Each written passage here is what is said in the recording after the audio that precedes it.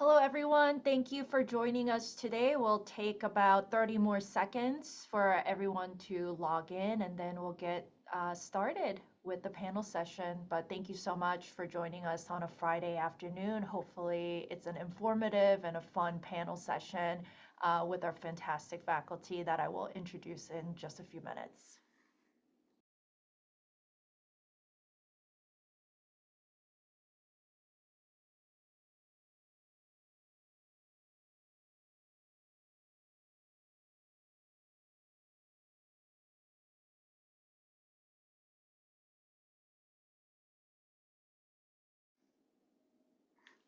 Okay, to kick us off, my name is Ara Austin. I'm a clinical associate professor in the School of Molecular Sciences, but for the majority of my time, I work within the College of Liberal Arts and Sciences in the Dean's Office, spearheading the online undergraduate research scholars program that we call OURS program here within the Dean's Office and the greater college.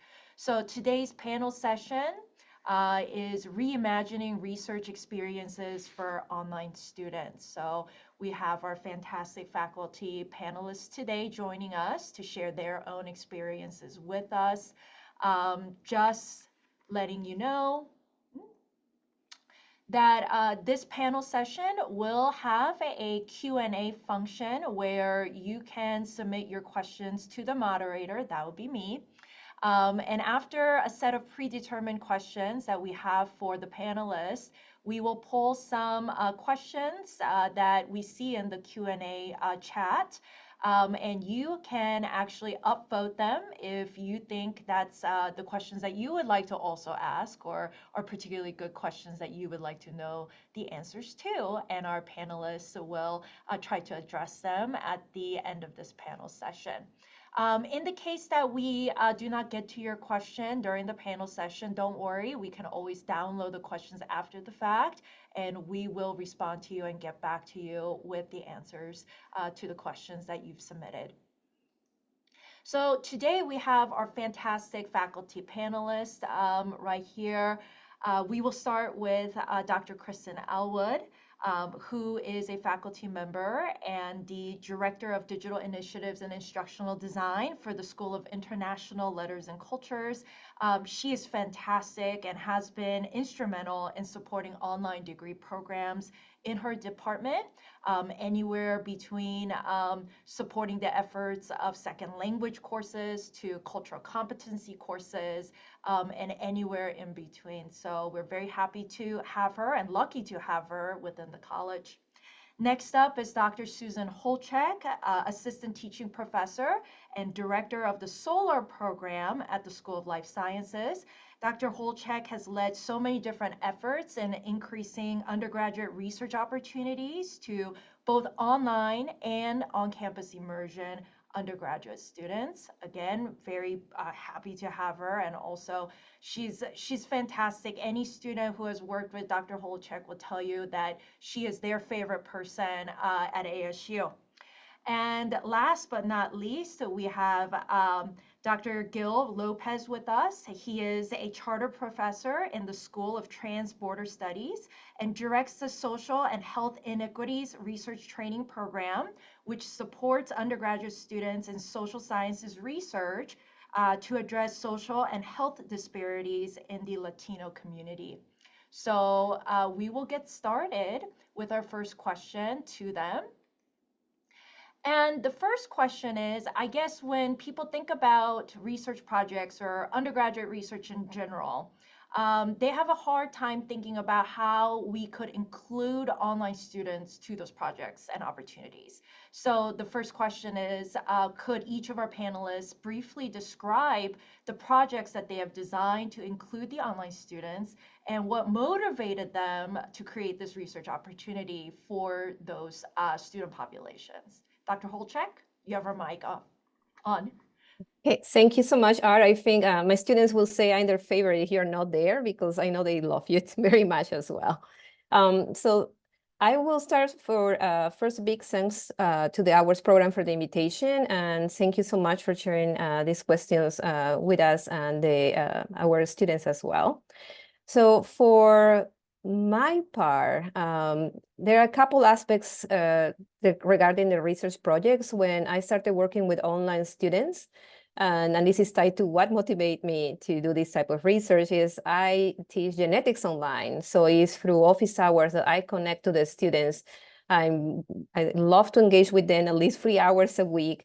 And I keep asking them, hey, would you come to ASU to do some research? And everybody, always the answer was yes, yes, yes. So I did this type of question for at least, 3 semesters. And say, I have to do something. The plans materialized, and we were able to do a pilot program in which we gathered 16 students. Some of them were coming from Europe, just to spend 1 week with us doing research. So I'm going to kind of mention some of the different types of projects. This last semester was what I call immersion number 7. So it has been already 7 semesters that we have been engaged with online students, and we have been having projects from public health. Students are learning techniques in immunology, virology, molecular biology, cell biology. We also do ecology and conservation in partnership with one of the Hours grants. We are going to be doing studies about GMO consumption in this summer, and some molecular biology aspects as well. And we already have a plan for the fall to do bacterial genetics. So the range of projects varies, and the reason is very simple. Students who participate in these immersion weeks, they always kind of like fell in love and they want to come back. So I had to be very creative and try to provide a different set of skills for their return. So I call them very dearly my repeat offenders, because once you come to immersion, you want to come back again. Now, the motivation is, again, coming back to those office hours. When the first time I was teaching on Bio 340, it didn't go very, very well, because online students are very different in a really, really good way in comparison to our in-person students. So little by little, I felt more identified with them, as a mom, when they talk about their kids and they're sick. So I feel that connection with my students and all the struggles that they have to go through as an online student. So the motivation is then, right? And their willingness to leave everything behind during a week and making all these sacrifices to spend 1 week with us here at ASU. So when they come to ASU, I want them to feel them welcome, that that they're part of us, because they are. So it's a great experience. I think it's a gratifying experience, both for them and myself, and also for my instructional team that supports this endeavor as well. Fantastic. And just to clarify for those of you listening, Dr. Holechek would, provide these research opportunities for a week at a time. Students spend that week entirely in the lab from like 8 a.m. to like 6 p.m. She's with them constantly. But outside of that, during the semester, she works with them closely, invites them to lab group meetings, work with them on defining what they would like to actually study during that semester, and also then follow up with analysis of the data, and then write a presentation, so on and so forth, which actually encompasses an entire semester or beyond. So just to add that note as well. And turning over to Dr. Elwood, would you describe some of what you have done with the online students? Yeah, hi. I mean, I'd like to also reiterate and give thanks for being invited to participate in this. I really do love the Hours program. I think it is a really great opportunity for students, and something that online students don't often get a chance to be part of. And so I'm really excited to also be part of that program.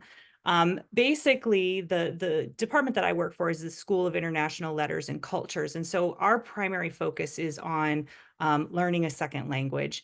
We also do literature and culture and wonderful things like that. But our main focus is learning that second language. And so that's can be problematic in the online space. There's a lot of challenges involved in learning a language when you're working asynchronously. And so one of the things that I do is use technology to help our faculty to find solutions for some of those problems. And therefore, I need to do research in order to be aware of some of those new things that are going on out there.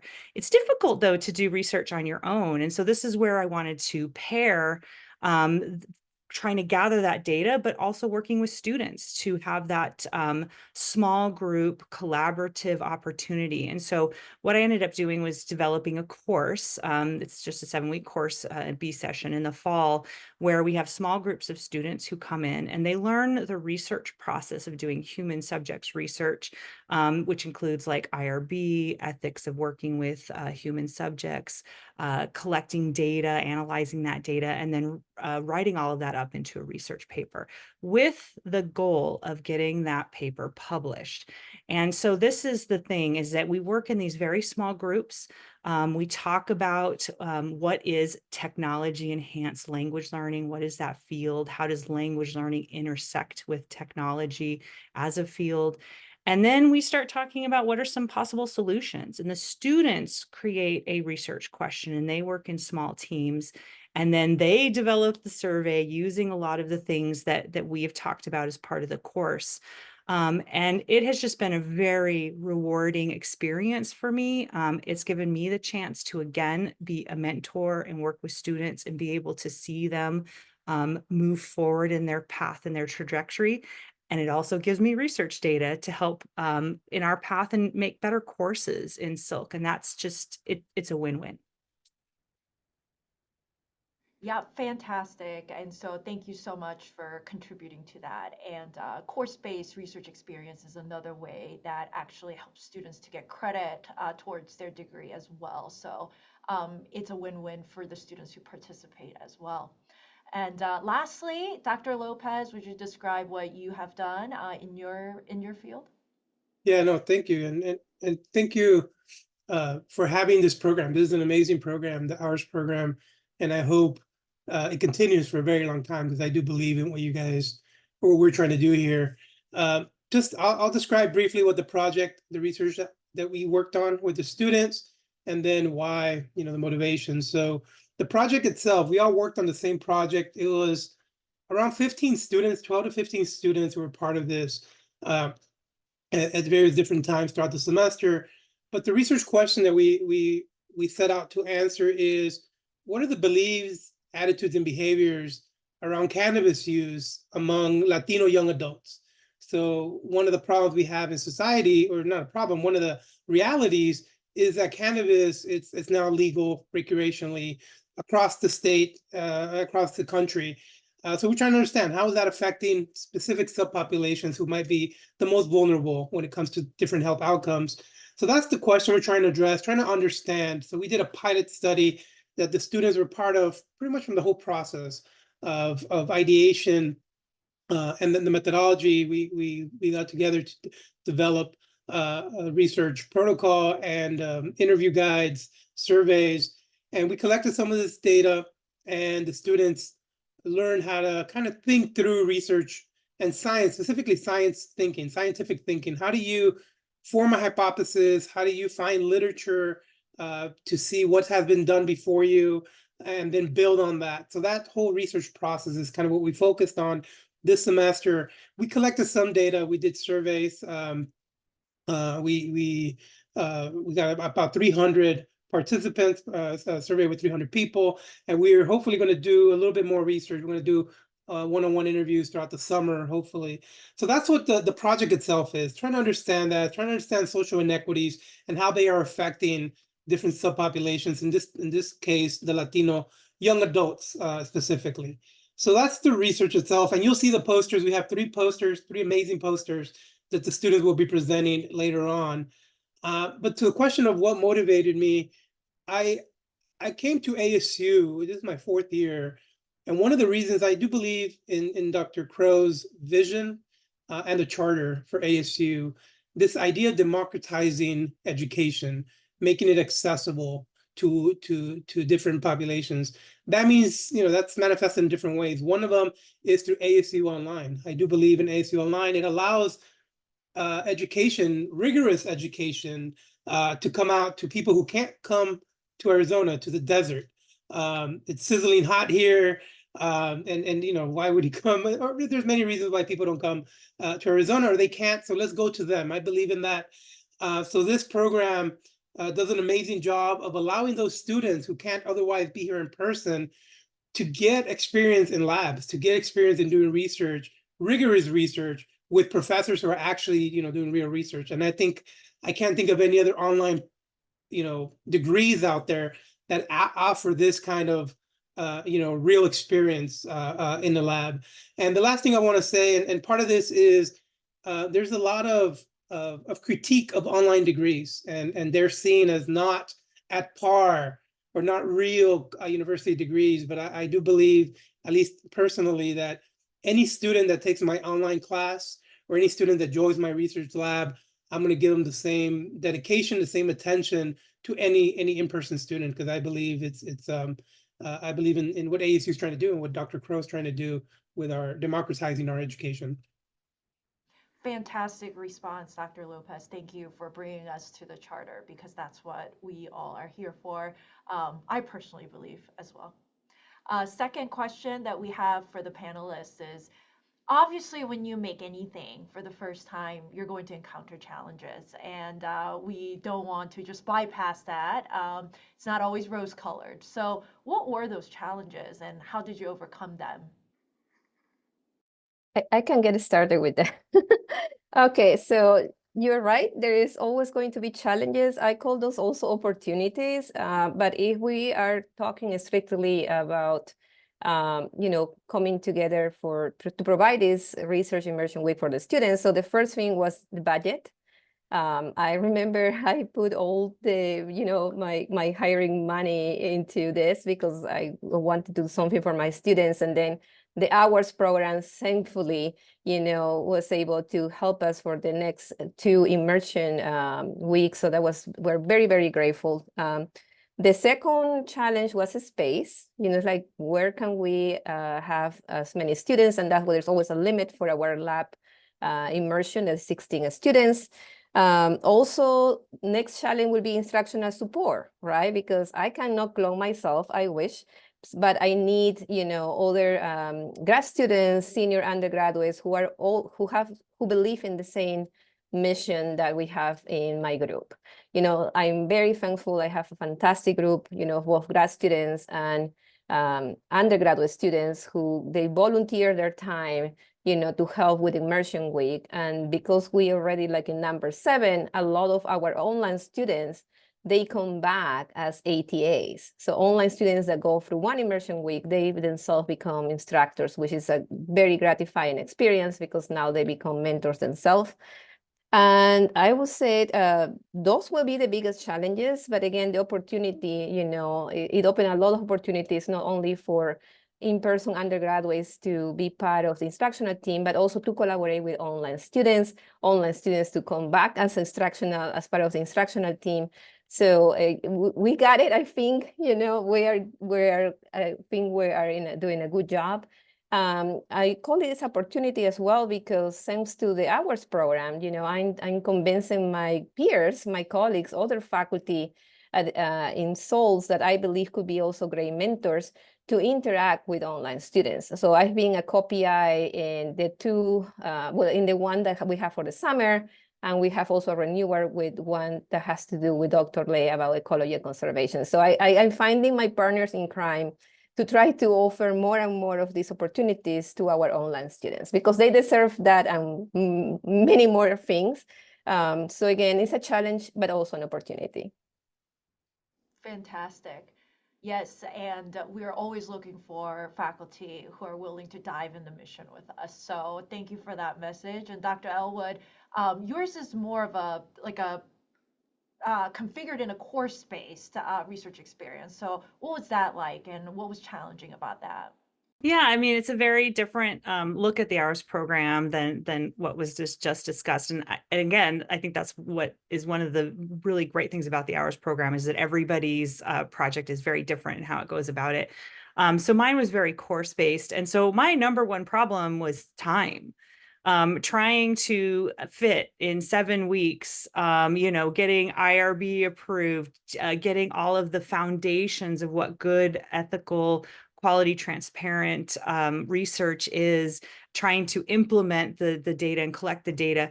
So one of the things that we really talked a lot about with the students is that, there's only certain types of research that we're going to be able to fit within this type of parameters. So we needed to sort of check expectations in that way. In some ways, we talked a lot about the fact that this is kind of baby research, and that, if they were to go on and want to do more research, that there would be a lot more depth in what they would need to learn. But we really wanted to pair, here's some theory to understand research, and now let's do a little bit of it. Let's look at the journals that are published out there, and let's do a little bit of it. And that was a really good way to sort of move through that challenge. The other thing that we ended up doing that ended up being very successful, originally I was trying to do everything within that 7-week course, and that just wasn't doing it. We were getting about 3/4 of the way through the paper. And then I didn't want students to lose that opportunity to get the paper published. So what I ended up doing is in the spring, I also offer an independent study. So just an individualized instruction type situation that I tell all the students about that are in the original course. And I tell them it is completely optional. They would sign up for 1 credit hour, and the only purpose would be to polish and finalize the paper. So, and no matter what, if they were part of the original research, their name would still be on the paper. None of that would change. But it just gives us an opportunity to just have that few more weeks to finalize. And that has worked. The first group of students were studying the attitudes towards using streaming video and music to foster higher learning for a second language in an online course. And that paper is currently under review at one of our top language learning journals. And then the other group of students, this last time we're focused on the use of AI chatbots for corrective feedback in language learning. And the students got accepted to a conference in Las Vegas, and they went there in person and presented, and then it was published in the proceedings for the conference. So they really have we've been able to make it work, but it definitely took some trial and error to get it to fit in the time frame. Yeah, and I think that you speak a very good message there is that often when the call goes out for the hours program, faculty go, oh my goodness, am I committed just for this, session time of 7.5 weeks or 15 weeks or whatever. But as we all know, the goal is always to just excite the students because learning really happens within themselves. Anyone that's motivated to learn will go out of their way to do and get the job done. So that's the purpose of, I think, all the work that we have put through this program is that it's our job to excite the students if this is what they're truly passionate about, is to just simply give them an opportunity and then let them take the reign, which is very much like how research works. So thank you for that. And I think that's a great way to help students not just do 1 semester, but continue their work in the upcoming semester as well. And Dr. Lopez? Yeah, I think for similar, what was just mentioned, time. I think time was, ours was a full semester program. We started in January.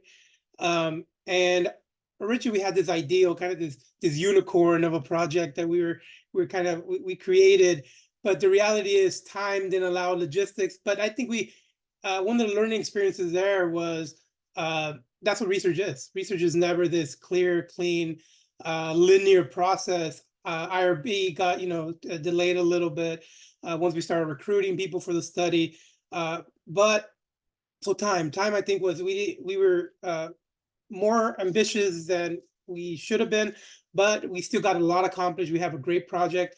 We're going to continue it through the summer. So time was one of them. The other one was course credit. So this one for me was not course credit project. Some students wanted to do course credit, and then financial reality hit. I said, I can't do this as course credit because of other issues with my unit. I already have my course load, but I'm willing to do an independent study. But it turned out the students have to pay extra in order to do that. So there's the whole issue of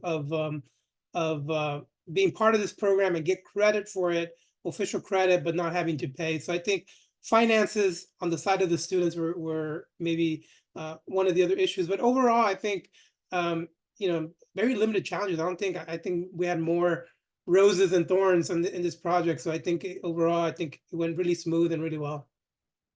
Well, I'm always happy to hear that, but, and always happy to brainstorm, how to support the students better.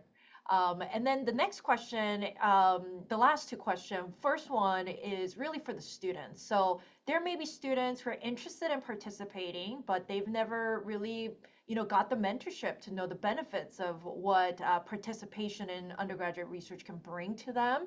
So in what ways does participation help undergraduate students? I guess I just can provide some examples. I'm very grateful that students follow up with me with their success stories. And I always, the first time we did the pilot program, it's like, is this going to be successful? How do we measure success? A lot of the students, they went to get the summer internship of their dream. They got a really nice support letter to apply to grad school. So we have online students who are starting their PhD journey this fall, or their master, they're starting their master studies. Some of them, they got, to work in an IVF clinic. You name it, a lot of them have pursued their dreams. And I think that's what this is for. This is for them. And whatever that dream is, yes, go for it. I know it's going to take time, it's sacrifice. A lot of our online students are mostly, women. They have to leave the kids behind. The husband needs to take 1 week off. They do a lot of sacrifices, but at the end of the week, and after, they kind of like use their knowledge, they realize that it's very useful, it's very helpful, and it's going to be very rewarding. So it's kind of like an investment at the beginning with a lot of revenue in the future. So that's the best way I could describe it.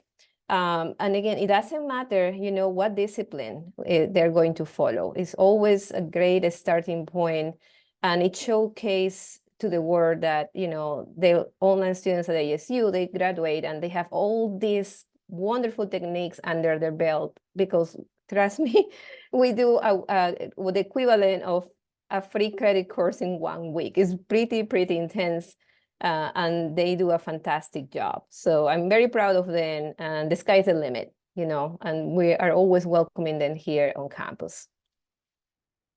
Yeah, fantastic. And for the sciences discipline to go into graduate school, into PhD, as well as any other discipline, really, if you're heading towards grad school, undergraduate research is definitely an experience you should have under your belt. And that's what committees are looking for. So thank you for mentioning that, Dr. Holechek. Dr. Elwood, would you like to share any notes with the students? Yeah, one of the things that I think is really interesting is because I focus on technology within language learning, and it's very cross-disciplinary. I've had such a wide range of students. Like, I really thought, oh, I'm going to get my Spanish majors and my language majors and things like that, and maybe a little bit, but I've had data science students, psychology students, certainly language students, English students. But it's just a really wide range, and it's because their interests are so varied, but yet they have some flexibility as to what research question we're going to look at within the realm of this. The students get that opportunity to actually do the research that they've been hearing about for many years, in some cases for them. For my students, the ones that got to go to the conference, I'd ask them if they could do a virtual presentation. They didn't have to physically go there. They chose that for themselves. And then they were able to meet up with their other students and with me. And it was just so collaborative. And that was one of the things they kept talking about, is just this opportunity to work with students that have such different skills, such different paths that they're interested in.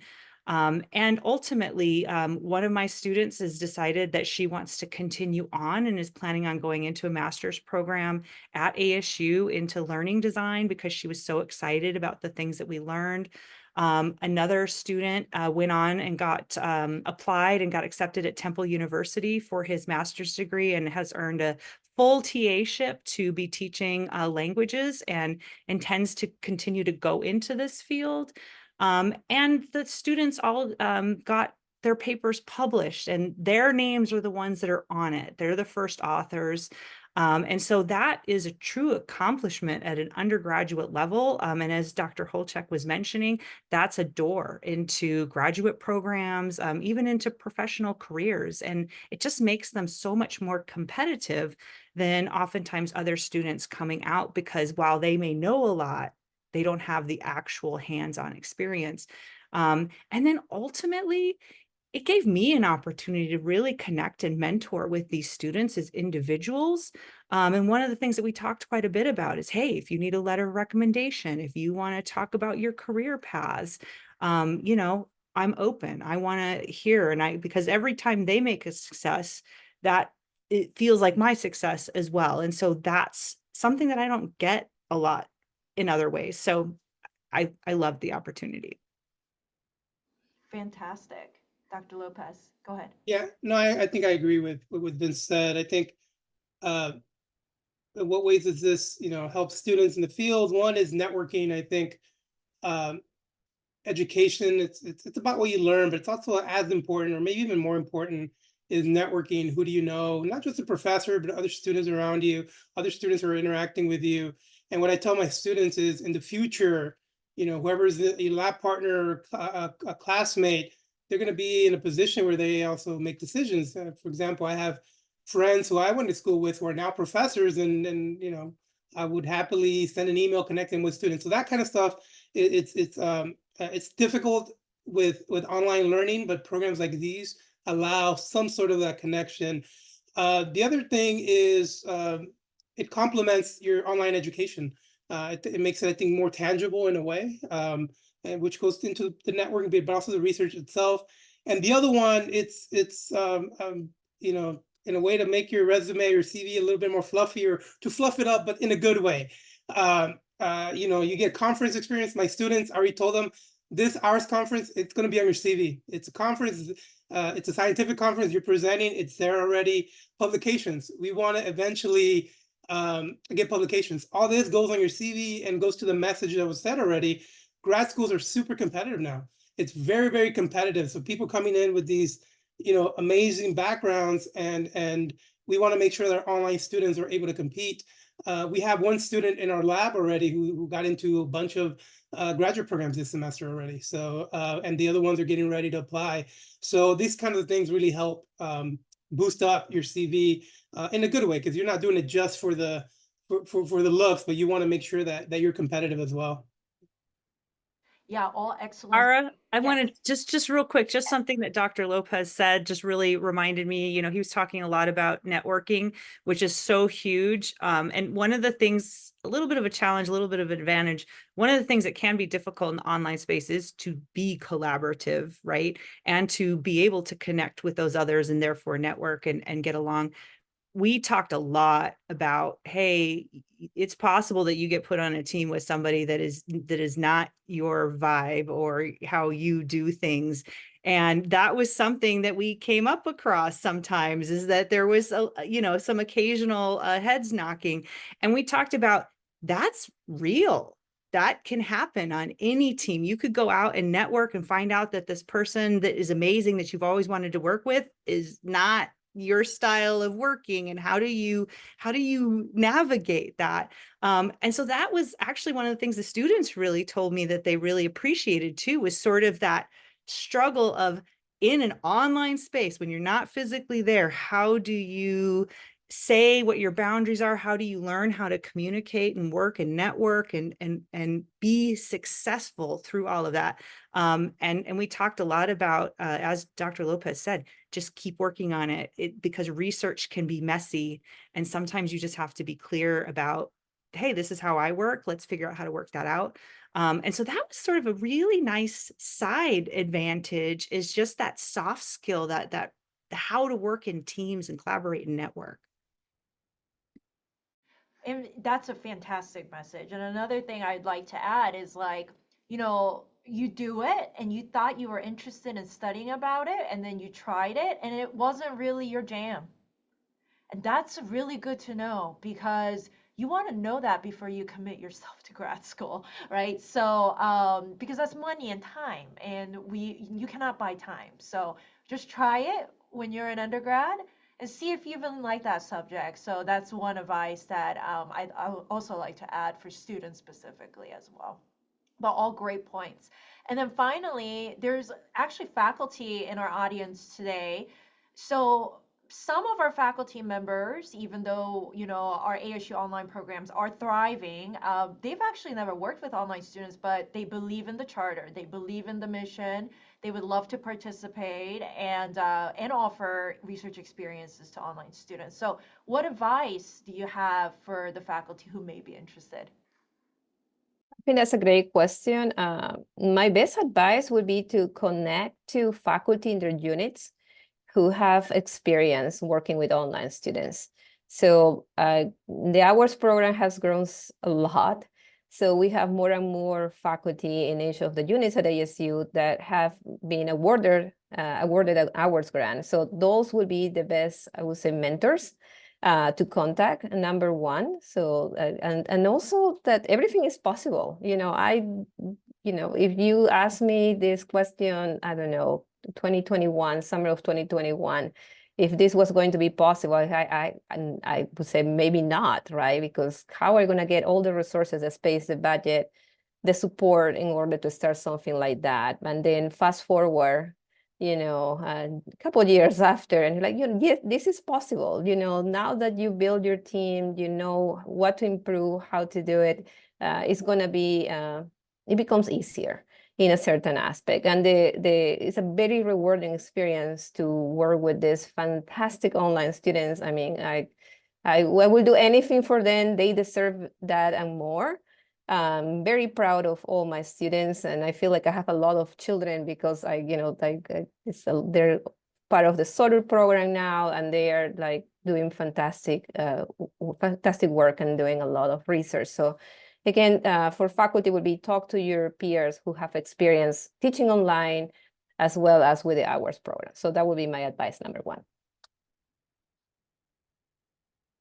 And you can always reach out to me as well. Of course. I'm around. So, Dr. Elwood, what would you say? I would have to say that I agree with Dr. Holechek completely, as far as, if you have any interest, if you're here listening, my guess is that means you're interested, then just do it. Just try it. You have other faculty like us who would be happy. I know in my department, I have people reaching out to me all the time, like, oh, how do we fill this out? And I'm always happy to share or to be a sounding board. Ara is amazing and often will walk us through and help us with budgeting and other things like that. So there's resources there to help you figure out the logistics. One of the things too, that as I was developing my own project, was thinking about my own undergraduate and MA experience, and thinking about what do I wish that I had when I was going through that program. And so I tried to develop what I wanted to do based on my own interests and what I wish that I had. And I wish that I had more experiential experiences, that I could just hands-on do more things. And so that's one thing that I would say, is just really think about, if these are the foundations of what you feel that they need to learn, what are hands-on ways, applied ways to make that happen, and be creative, right? Because it's all possible. On the flip side, and this goes back to something that Dr. Lopez had said earlier about taking on too much. When I built mine, I thought I could get way more done in the course than I got to the end of the first course and I was like, okay, guys, we're only doing to methods. Like that's all we're gonna get done. You know, think big, but also be practical and remember that this may be your first pilot of it. You know, you're not going to possibly get done everything that you want to. And so that's the thing is to kind of keep that reality in check. And that's what happens in real research too, is that we shoot for the moon. That's our job, to shoot for the moon. Um, and that's what it is in our field. But what's realistically possible, you just have to chip away a little bit. And that's also good experience for students as well. So always start with a grand plan. It's nice to have a big research question, but it's teaching the students the little bits of what goes into research. And that's a very important experience for them to have. So Dr. Lopez, would you like to finish our Yeah, conversation so off? uh, I mean, I completely agree with everything that's been said. The one thing I want to add, the way I thought I was thinking about this program, the hours program, is a way, one, you know, the foundation of it is how do we ensure that these students that participate know how to do research from start to finish. So beyond that structure, I have, you know, kind of these thought bubbles that keep coming up of ideas of research that I want to do and research I'm just curious to do, but I don't have time for. So I've used this space for that. The project that we did is an idea that I've had. I've been wanting to research it. So I said, oh, let's use the hours program.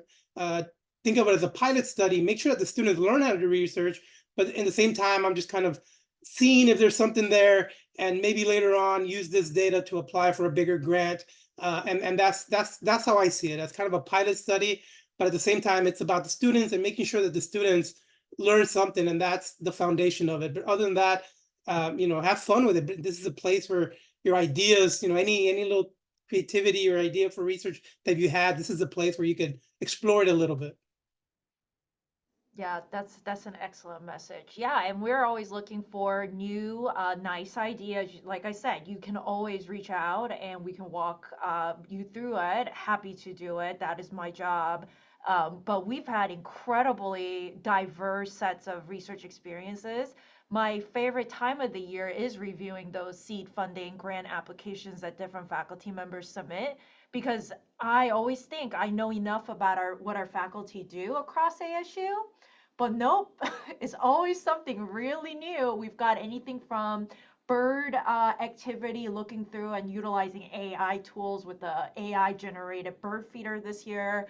Another one that Dr. Elwood was talking about related to activities related to volcanic activities in Sicily, all sorts of different things. So always looking for different ideas that you may bring.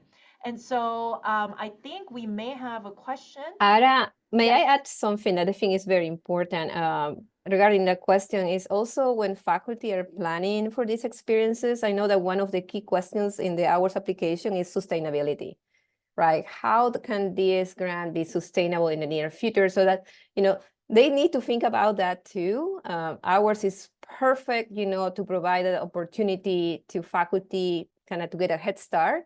But, you know, we have to kind of sit down and think, okay, this is great. If I get the funding, I will do this, but also how can I continue this? Because once the students get a taste of that wonderful project that you are offering, they want more, right? And then how would you sustain that? So that's I think that's a conversation with, you know, with their colleagues. Maybe they can combine efforts with faculty in their groups, talk to the director, etc. But that's a key question in the grant, so it's something to think about as well. Yes, and sustainability is important. We always ask, what is your plan on including it within your department, including it within your research lab? How are you going to go about that after the seed funding is over? So we don't want these to disappear. It's integral. But so far, our faculty members have been extremely responsible and dedicated to the online students. We haven't had a problem yet. But we do have a question from the audience, which is excellent, which is, how did you organize in each of your experience meetings with students, because they're all over, and how much undergraduate students need to be guided through the research process? Would any of you take that one? Yeah, I could. Oh, yeah. So luckily, my students were just in the U.S. Well, luckily, with regards to logistics, so we only had 3 time zones to really worry about. So we just kind of all agreed to meet on Mondays at the same time. It worked for most. There's days where some people show up. So that was really we had lab meetings. So that's what we were. It's a 1 hour or 30-minute lab meetings. We had updates every week, and then we had next steps for next week. I give them their assignment, and we had a lot of interaction via email. We created a WhatsApp group just for the lab for this project. So there's a lot of communication in the WhatsApp group as well. That's how we manage our communication. And I would say I agree with Dr. Lopez, exactly the same thing. We have lab meetings on Tuesdays and Sundays in order to accommodate as many of the schedules from our online students. Lab meetings are together with the in-person students. So there is a nice networking experience. It's not just online students, it's also our in-person students. And my students who are coming to the research immersion, they're also part of the SOLUR program. So they have another layer of interdisciplinary collaboration with other students as well. So I agree, lab meetings, group chats, everything, whatever works to expand the communication. Yeah, in my circumstance, I had a student in Spain and I had a student in Hawaii. So it was really, really difficult to try to do things. The one student was having to meet with us at 1 a.m. In order to try to get things to work. So we heavily use a variety of technologies. So first, I would have them turn in weekly progress reports that they would video record asynchronously, and I would reply to through video also. So we still got that sense of talking to each other, but it was just a time lag kind of situation. And then students were given access to sort of a Google Doc in order to have their collaborative conversations, again, asynchronously. But then they were asked to meet up at least once a week to have conversations as needed about what they discovered. And they were just like our others were asked to, whether it would be WhatsApp or Discord or something like that. Sometimes we use Slack, just whatever the students felt the most comfortable with, because they were doing it outside in their own time. And then, yes, we did have weekly synchronous progress checks, because you have to make sure that they're making progress and that things are being done in a transparent and ethical fashion when you're working with human subjects. And so we did do that, and that did take quite a bit of scheduling and timing to try to make it work. Oftentimes it was me offering more than one session so that students could come in at different times and we could share where they are. But it almost always worked out. The students are very, very interested who are part of these courses. And so they will make it happen. And it just works. It ends up working. Thank you so much. I think we're a little bit over time, but just reminding everybody, there is a student poster session right after this panel, and here is the link. So if you could log into GatherTown to support our online students and the wonderful work that they've been doing, it would be fantastic. But I again want to thank Dr. Holechek, Dr. Elwood, Dr. Lopez, joining us from the 3 disciplines that are part of the college. Thank you so much for your dedication to the online students. And it's been an incredible opportunity to work with the 3 of you closely. It's already being shown by the success that our online students have been able to achieve in their own personal lives or academic careers, on how much you have done for them so that they can continue their journey beyond ASU. So thank you for joining our panel session, and we will see you all in GatherTown. Thank you very much. Thank you. Thank you. Thank you.